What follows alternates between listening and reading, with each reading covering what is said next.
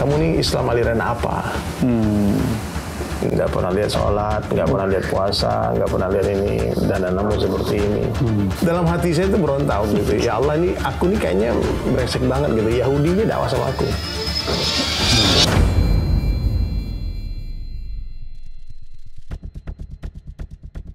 Assalamualaikum warahmatullahi wabarakatuh. Sahabat cinta Quran, alhamdulillah, masya Allah. Ini sore ini spesial banget. Saya udah lama berteman dengan beliau ya, sudah kenal dengan beliau, menikmati karya-karya beliau. Baru kali ini bisa ke rumahnya. Ya, dan kita masih ingat bagaimana beliau mengingatkan kita dengan cara yang mudah ya. Semua ikan ada tulangnya, kurusnya ikan, ya kan? ada daging. Paling kurus ikan ada dagingnya. Ambil baiknya, jangan wah itu. Terus kita ingat orang kaya mati, orang miskin mati. Jadi beliau ini sosok yang mudah untuk dicerna. Siapa beliau? Ya, kita akan datangi kali ini di Kata UFK. Beliau adalah Ustadz Dery Sulaiman. Assalamualaikum Ustadz. Salam, Ustadz. Saya jadi malu. Masya Allah. Ustadz udah datang, saya malah belum pernah. Saya belum pernah ke rumahnya Ustadz Fatih. Pernah ya? Studio pernah ya? Studio pernah. Ke madrasah pernah. Nanti kunjungan belum kunjungan balasan nanti ya. Jadi kali ini saya sengaja main ke rumah guru kita Ustadz Dery Sulaiman. Ada banyak hal yang ingin kita kutip dari beliau ya, ingin kita ambil pelajaran dari beliau, banyak sekali. Saya sama beliau ini sama, hobinya apa? Hobinya datangin orang-orang tak baik. Kata orang tak baik, padahal awak yang tak baik. Ya, dan Ustadz Dery ini luar biasa. Banyak artis-artis yang hijrah ya, banyak kemudian pemain musik, orang kalau ingat si A, Ustadz Dery. Orang Ustadz Dery, saya bilang, wah ini harus didatengin nih. Kenapa? Sepertinya ini energi yang harus kita serap nih. Ya, nah ternyata masya Allah sudah nemenin Amazing Muharram beberapa kali. Hampir setiap datang, ya. Amazing Muharram datang. Nah sekarang kita pingin ngobrol-ngobrol sore hari, masya Allah ini suasana segar juga, udara segar dan di tanggal 1 Rajab ya, masya Allah. Malah dulu saya dengar dari antum dan selalu antum ngomong gitu ya bahwa malah antum dapat hidayah di Bali. Bukan malah bukan di masjid, malah di Bali. Ya Bali kan tempatnya apa sih gitu kan? Nah itu gimana ceritanya tuh? Jadi kuasa Allah tuh begitu. Allah tuh mampu memberi hidayah orang di mana saja. Suka-suka Allah. Allah beri siapa saja, suka-suka Allahnya. Dan saya memahami ketika saya mengenal Islam di Bali itu, mengenal dakwah di Bali itu, dakwah itu memang cahaya, Ustaz. Sirajul munira, lentera yang menerangi. Dan tak mungkin lentera itu akan takut dengan kegelapan, dan pasti lentera akan berjalan ke tempat gelap dan menerangi tempat itu. Ya, pasti. Nah, jadi kenapa Ustadz Fatih juga begitu, datang ke tempat gelap tadi kan, hobi kita sama. Karena saya mengenal Islam di tempat gelap. Dan saya yakin banyak orang menunggu kita di sana. Ada orang yang maaf ya, mungkin bukan karena dia sombong, tapi karena dia merasa banyak dosa, dia merasa sungkan, tak pantas hadir di pengajian. Tempat terang. Dia aduh. Karena mindset berpikir orang kan nggak semua sama, Ustaz. Ya kalau orang sadar dia bau, dia mandi, enak. Tapi ada orang yang dia bau tapi dia sungkan mandi. Ada juga gitu. Ada juga yang tipe yang begitu. Anak bau banget katanya. Dia nggak mandi. Saya magal ketika hari ini keadaan umat begitu. Ketika kita ajak dia sholat, dia bilang aku dosaku banyak. Nah orang-orang kayak gini harus kita datangi, Ustaz. Harus kita benerin dari cara pikir. Ini cara berpikir menarik. Mesti kalau kamu bau, kamu merasa banyak dosa, kamu harus lebih banyak sholat. Kamu harus lebih sering datang ke pengajian biar dosamu diampuni. Kan gitu. Jadi hari ini orang ngaku dosanya udah nih. Dia takut dengan azabnya sudah, tapi harap ke surganya nggak ada. Ya, itu hari ini banyak orang begitu, Ustaz. Jadi anak rasa kita perlu bergerak. Di Bali teman-teman jamaah tabligh mendatangi bolak-balik ya. Dan mohon maaf ya, seingat saya yang datangi saya cuma teman-teman tabligh. Mereka datang secara berterusan kan dari beberapa negara. Dan dulu Ana masih ingat rambut antum kayak kuntilanak ya, panjang. Panjang banget. Saya dulu dari namanya genre musik saya kan underground metal. Jadi kalau nggak gondrong tuh kurang sangar, kurang keren. Jadi itulah kuasa Allah ya. Apa saja yang Allah kehendaki terjadi, Ustaz, pasti akan terjadi. Apa saja yang Allah kehendaki tidak terjadi, tidak akan terjadi. Jadi kita dapat hidayah ini benar-benar murni karena baiknya Allah kepada kita. Gak ada urusannya dengan kita anaknya Ustaz, anaknya Kiai, bahkan anak Nabi sekalipun. Kalau tidak pengen dapat hidayah, Allah gak kasih. Jadi siapapun orangnya kalau dia nggak mau, Allah nggak bagi, Allah nggak beri Ustaz. Nah. Jadi ketika itu saya periksa hati saya, kenapa saya mau ikut? Ya. Ternyata kegalauan itu sudah datang sebetulnya. Oh, udah Kerisauan mulai. itu sudah datang. Apa yang dirisaukan? Ya awalnya sebetulnya dari hasil obrolan saya dengan satu orang Yahudi. Yahudi malah. Yahudi. Udah di Bali Yahudi lagi. Jadi teman saya itu namanya Zion Cohen. Zion Cohen. Zion Cohen Masih ada sampai sekarang? Masih ada, kita masih kontak. Masih Yahudi. Dia pernah datang ke rumah ini. Masih Yahudi. Masih Yahudi. Jadi Zion Cohen ini dia heran ya saya. Ya. Karena ketika pertama kita ngobrol itu, saya bilang I'm Muslim berarti. Dia masih metal kan. Terus satu hari pas bulan puasa, anak nggak puasa kan. Terus bulan puasa aja tuh nggak puasa? Waktu itu ya. Parah. Nggak puasa. Kita di Ubud tuh pergi makan, nemenin dia makan Padang. Terus dia bilang, kamu nih Islam aliran apa? Nggak pernah lihat sholat, nggak pernah lihat puasa, nggak pernah lihat ini, dan anakmu seperti ini. Dia bilang, aku punya teman Muslim, dia sholat 5 waktu sehari. Reading Quran every day. But I never see you. Emang aliran Islam ini banyak gitu. Kamu yang aliran mananya? Kok nggak perlu sholat, nggak perlu baca Quran, nggak perlu puasa, tapi Islam. Dalam hati saya itu berontak gitu. Ya Allah, ini aku nih kayaknya brengsek banget gitu. Yahudinya dakwah sama aku. Allah gerakkan mulut orang Yahudi untuk mengingatkan. Jadi kok itu ya. Ini hebatnya Allah. Kayak teman saya ya, Ustaz. Saya pernah berjumpa dengan dia waktu itu, dia orang jamaah dari Saudi Arabia, dia kurus ke sini. Jadi cerita hidayahnya lebih ngeri lagi. Waktu dia jahiliyah, dia pergi ke Thailand pas musim haji. Musim haji, dia sengaja keluar, orang-orang Makkah Madinah kan pergi keluar biasanya. Biar jamaah haji lebih leluasa di sana. Kan? Dia pergi ke Thailand dan niat mau party di sana. Dia sewa hotel 5-star hotel. Dia sewa perempuan yang tercantik di sana. Subhanallah.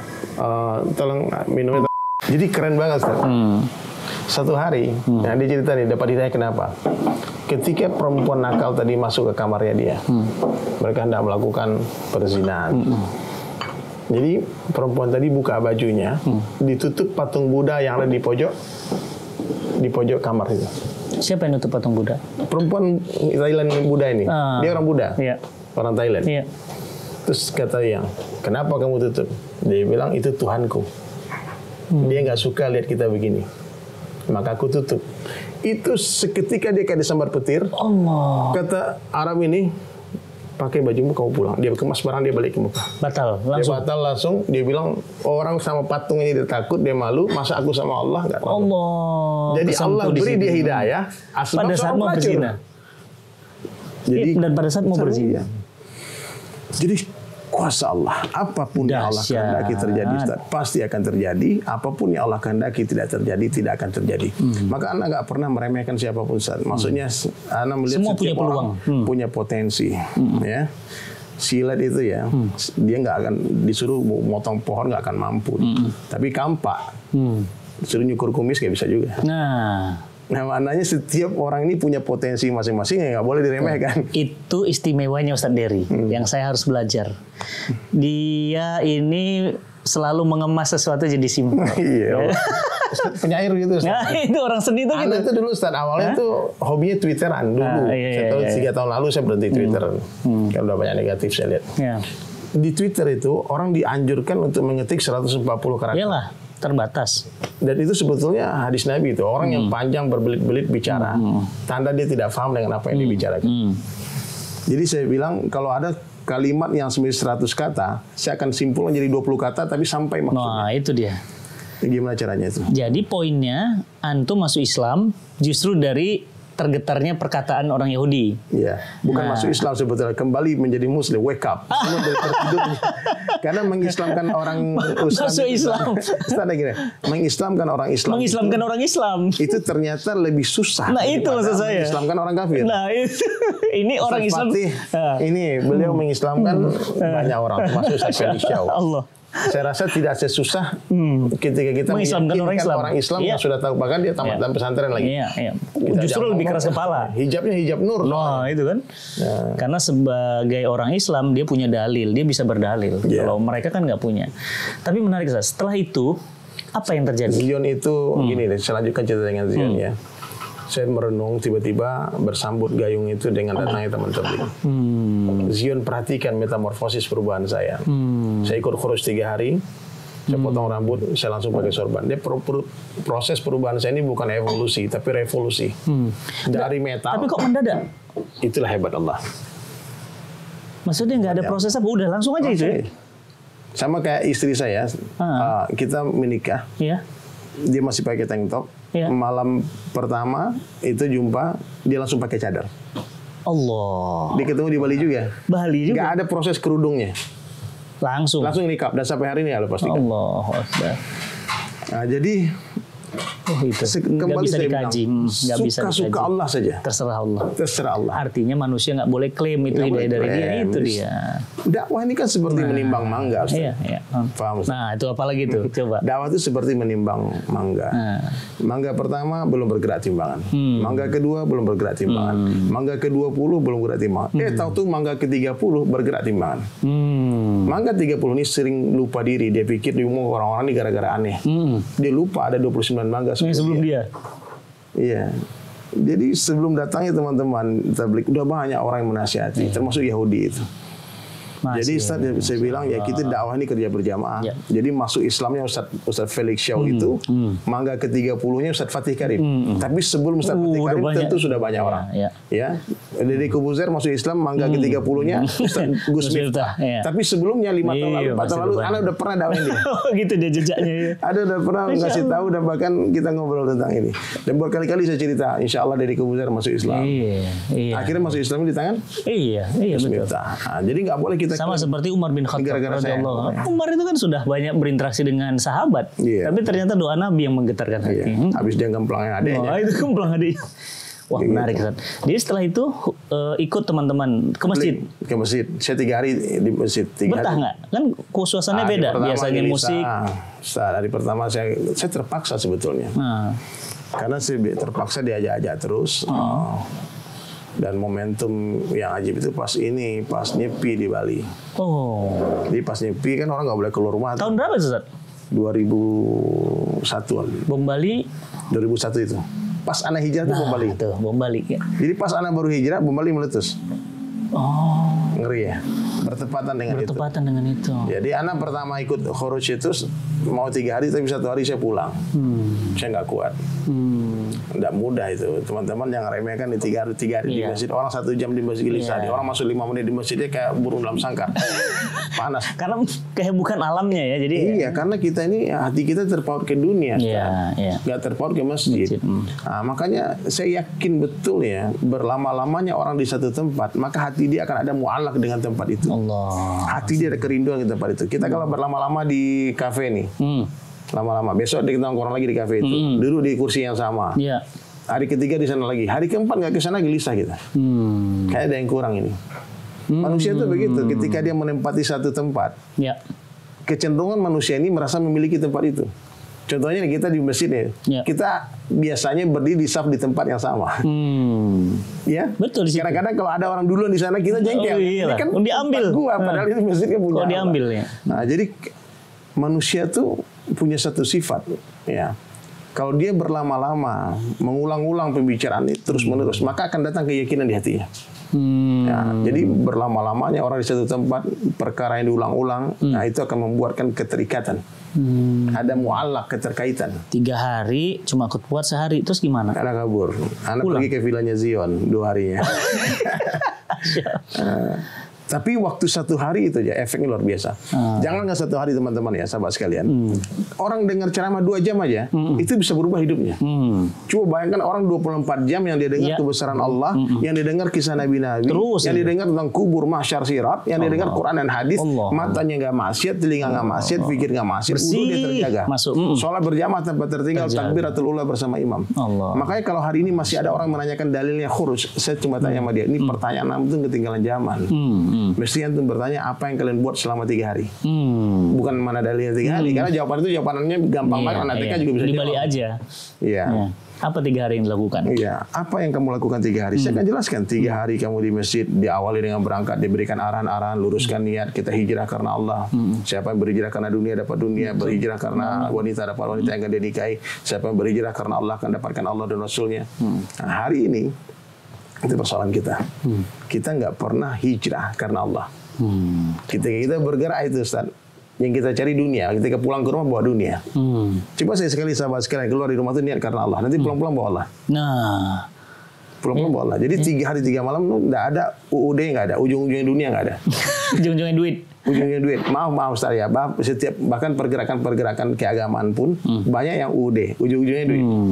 Ujung-ujungnya duit. Dan itu akhirnya niat kita nggak murni di sana. Nah, Ustaz mungkin mengalami juga pengalaman apa kita buat ini kan, ketika ada interest apa-apa, bahkan ketika buat pengajian pengen ini pengen itu, membesarkan nama organisasi kita, yayasan kita, dan itu merusak hati, Ustaz.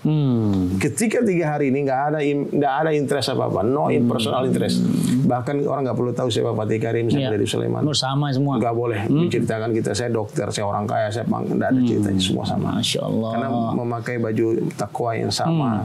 Kita nggak tahu mana yang ulama, mana yang orang biasa, semua sama saja. Jadi saya lihat ini sebuah sarana tarbiyah. Khuruj 3 hari ini, Ustaz, sebuah sarana tarbiyah umat untuk membentuk sifat mulia secara bertahap-tahap. Ada tangga-tangga pengorbanannya, 3 hari, 40 hari, 4 bulan. Dan Zion Cohen Yahudi ini, ketika saya pulang 4 bulan dari India, Pakistan, Bangladesh, tahun 2003 itu, saya berangkat 4 bulan, Ustaz. Saya 3 hari 8 kali. Itu sudah menikah? Sudah. 3 hari 8 kali, kemudian langsung 40 hari ke Padang. Setelah 40 hari saya rasa saya haus banget dengan agama. Dahaganya menjadi-jadi. Saya lanjut 4 bulan, Ustaz. Saya lanjut 4 bulan. Setelah 4 bulan, Ustaz, apa kata Zion? Baterai full charge. Yang bilang gini, wow, brother, this is monster of Islam. This is crazy. Dibilang kenapa? Karena diperhatikan kehidupan orang tabligh. If all the Muslim like you guys, jika seorang orang Islam seperti kalian semua, come back to the way of life of Prophet Muhammad. Yahudi ini mengenal Islam Sallallahu Alaihi Wasallam melebihi seorang ibu mengenal anaknya. Al-Quran kan. Our economic bankrupt. Yahudi bilang. Dia bilang, why? I see this home industry. Kamu nggak branded lagi. I see you never watch TV anymore. Kamu nggak nonton TV lagi. Do you know, brothers? Dia bilang, kamu tahu nggak? The biggest business on earth is entertain business. Ketika orang-orang Muslim sudah bahagia, dia nggak perlu hiburan lagi. Nah, dan kebahagiaan itu ditemukan di masjid. Di masjid. Kenapa hiburan bisnis terbesar? Karena sebagian besar menjauh manusia dari masjid. Tidak bahagia. Nah, dan menjauh dari masjid juga. Tidak bahagia. Ya kamu nggak main musik lagi. Waktu saya tinggalkan musik total. Saya pernah merasakan hidup di bawah. Dan saya hari ini merasa lemah banget. Mohon maaf saya dengan banyaknya kamera, dengan banyaknya sosial media. Meluruskan niat itu mesti setiap detik. Itu dia. Ketika like-nya sedikit tuh sedihnya aneh. Kenapa nggak ada yang like? Kenapa komennya dikit ya? Itu kita pengaruh tanpa sadar kalau kita nggak sadar ya. Kenapa nggak viral ya? Kalau kita nggak sadar itu, Ustaz, semua amal kita rusak. Allah. Kita hanya dapat popularitas saja. Dapat Allah. Kita hanya dapat Allah, nggak ikut-ikut. Kata Allah, kamu makan di sini, ayo nikmati sendiri. Serem banget. Serem banget, Ustaz. Makanya saya rasa ya semua guru-guru kita, termasuk Ustaz Fatih Karim, semua orang, Ustaz Abdul Somad, dia mesti khalwat. Dia mesti bertafakkur. Nah, itu caranya sekarang dengan berjalan, khuruj, masuk kampung, keluar kampung tanpa kamera. Jadi kalau saya khuruj 40 hari, sosmed mati, Ustaz. Ya, nggak bisa diganggu. Saya juga pernah ngundang beliau, nggak bisa. Nggak bisa. Itu waktu kita bersama Allah, bermesraan dengan Allah.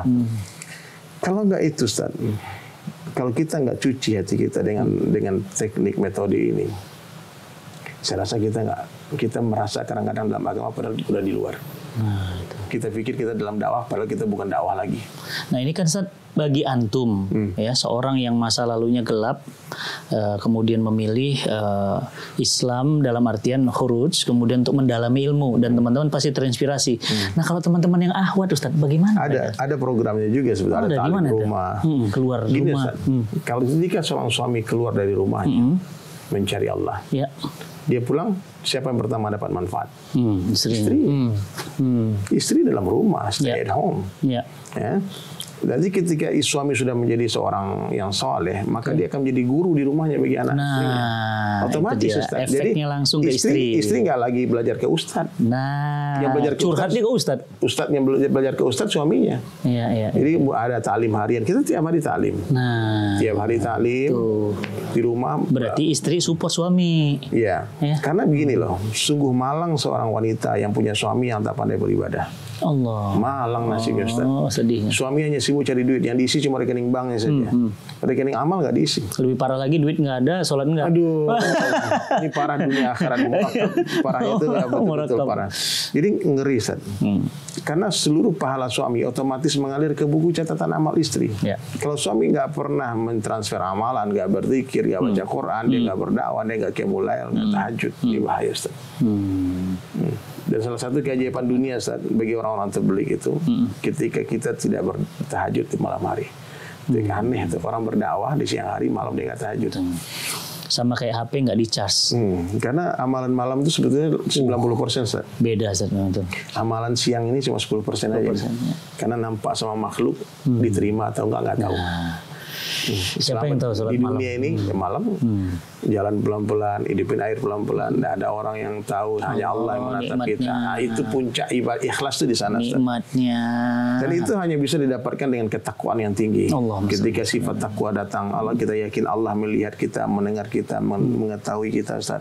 Di atas sajadah tempat curhat terindah. Allah. Jadi ini benar. Inilah nikmatnya ya. Salah satu pesan kita baginda Nabi SAW ya, bertemanlah dengan orang yang kalau kita melihatnya kita akan mengingat Allah. Allah. Ini ada yang menarik. Antum ini kan seorang seniman. Yes, bahkan sempat viral itu justru orang kenal lagu orang Semua Mati. Ya. Kita pingin dengar Ustaz. Mumpung ada gitar. Boleh. Boleh dong. Ambilin dong Ustaz. Coba. Gitarnya. Masya Allah. Coba ya teman-teman ya. Yuk kita lihat. Kita simak ya. Lagunya ada nasihat. Sahabat, marilah merenung. Sudah terlalu lama kita lalai. Tak terhitung berapa banyak dosa yang telah kita lakukan. Tetapi Allah Maha Baik bagi hambanya yang ingin bertaubat. Semoga diberi petunjuk kembali ke jalan-Mu ya Allah. Sahabat, jangan lagi kau menunda-nunda taubat. Hidup ini terlalu singkat untuk engkau sia-siakan.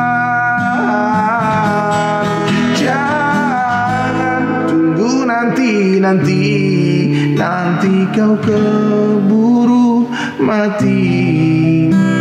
Jangan tunggu kapan-kapan, nanti kau dikafani. Allah, nanti kita lagu ini malah belum saya tuh banyak banget Ustadz Dery itu ya. Lagu-lagu beliau tuh luar biasa. Ini ada nah itu wah, testimoni. Loh, kok bau Mekah nih? Nah inilah, ini dulu kabar. Oat ya? Oat, Arabian Oats. Ya Allah. Ini buat nanti buat Ustaz nanti satu ya. Ini ada tanda tangannya loh, ada logo tanda tangannya dari Sulaiman. Jadi ini nggak dijual di mana-mana. Satu. Masya Allah. Satu lagi, selain musik, memang antum kan seniman sejati saya lihat. Saya lihat itu. Dan jadi cara pendekatan antum pun seni, jadi enak gitu ya. Ngelukis. Jadi gini Ustaz, saya itu ada rencana dengan lukisan antum itu akan dijual.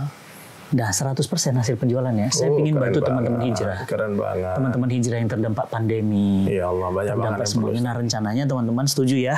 Ini yang nonton akan ratusan ribu, yang nyebar akan ratusan juta. Gini Ustaz, dikit cerita. Rencananya sedikit aja. Mungkin Ustaz Fatih belum dengar. Dulu saya sebelum hijrah, saya pelukis potret. Saya realis Ustaz. Saya ngelukis Ustaz itu Ustaz bisa nangis lihat. Saking persis dan detailnya. Allah. Saya itu pelukis basicnya. Basic saya pelukis realis. Itu real. Saya pelukis realis dan termasuk tercepat juga melukis orang. Dan pernah di pinggir jalan di Malioboro itu saya pernah melukis orang. Baru tahu saya. Nah, itu basic saya. Cuman ketika saya mulai ragu ya dengan ada orang yang mengatakan begini begitu, udahlah yang saya menghindari perdebatan. Saya hijrah ke kaligrafi. Ternyata hikmahnya, dulu kalau melukis potret itu satu lukisan bisa seminggu jadinya, kan bisa berhari-hari. Sekarang kaligrafi kemarin itu sama Ustadz Bobby Herwibowo, kita galang dana untuk pesantren beliau Asghar Kauni, 100 lukisan 3,5 jam. Saya bikin tercepat dan dapat rekor muri. Lukis kaligrafi tercepat. Dan satu lukisan saya pernah dilelang untuk pembangunan Masjid Al-Fatah di Bali. Itu dilelang laku 500 juta. Itu 2014 tadi. 7 years ago. Satu rumah loh satu lukisan. Satu lukisan jadi satu masjid. Ya. Nah, maka sempat kemarin saya berpikir kalau satu lukisan saya tahun 2014 dihargai orang bisa 500 juta. Dan ini kan karya seni ya, angkanya ya enggak ada. Kecintaan pada sesuatu. Ini lukisan itu bukan bagus jeleknya, Ustaz. Takdirnya harganya berapa? Nasibnya dia aja. Kalau dia punya nasib bagus, harganya mahal. Kalau nasibnya rezeki pelukisnya nggak bagus ya nggak laku-laku meskipun bagus lukisannya. Padahal bagus ya. Padahal bagus. Sama kayak lagu lah. Ada lagu bagus nggak viral. Ada lagunya cuma biasa-biasa. Tapi semua orang dengar. Salah halaman gitu. Salah alamat. Viral. Jadi pernah juga terjual 300 juta untuk pesantren Imam Samsi Ali. Ya. Dulu ya di Amerika, New York. Kemarin sama Ustadz Abdul Somad. Lukisan pertama 110 juta, lukisan kedua 100 juta. 200 juta. Ya, 210 juta dalam waktu berapa menit kita gambar di live. Dan itu semua di untuk Palestina. Dan kemarin waktu pas banjir Kalimantan Selatan, saya live pagi di Instagram. Itu satu lukisan terjual 50 juta dan semua saya kirim ke sana.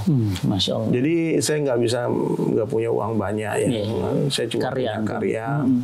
Saya cuma berharap orang-orang yang punya karya saya bermanfaat nanti kan. Kalau kalian punya koleksi lukisan saya di rumah kalian, teman-teman, suatu hari dari Sulaiman pasti mati kan. Dan ketika orang mati, lukisannya mahal. Masya Allah. Dan saya berharap lukisan itu bisa jadi warisan buat anak-anak kalian.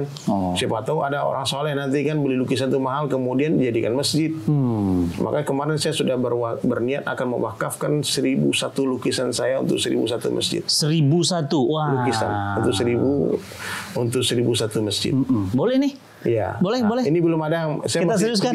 Wah, Cinta Quran yang ngambil nih. Kalau Cinta Quran yang kerjasama, kita berterima kasih banget. Boleh. Jadi teknisnya kita ini, karena saya cuma perlu meyakinkan satu, Ustaz. Orang yang memegang lukisan ini adalah orang yang mencintai karya. Jangan sampai kita kirim lukisan ke tempat dia taruh di gudang. Atau pas dibuka, apa-apaan ini gitu. Antum belum lihat ya. Kita lihat ya gimana beliau tekniknya. Deh. Langsung sekarang ya kita ke studio ya. Ikuti kita lihat. Karena tadi begitu saya sampai rumah beliau itu lukisan semua. Saya bilang, Ustaz, ini lukisan semua isinya. Makanya yuk kita ngelukis ya. Dan hasilnya ingat ya 100% untuk amal ya. Untuk sahabat-sahabat kita yang terdampak COVID dan ini para asatid, para guru Quran ya. Masya Allah. Itu teknik realis sana dulu, Ustaz. Yang aku 50 juta tuh. Itu. Wih, sebentar banget buat begini. Nggak sampai 1 menit. Saya akan berikan harga.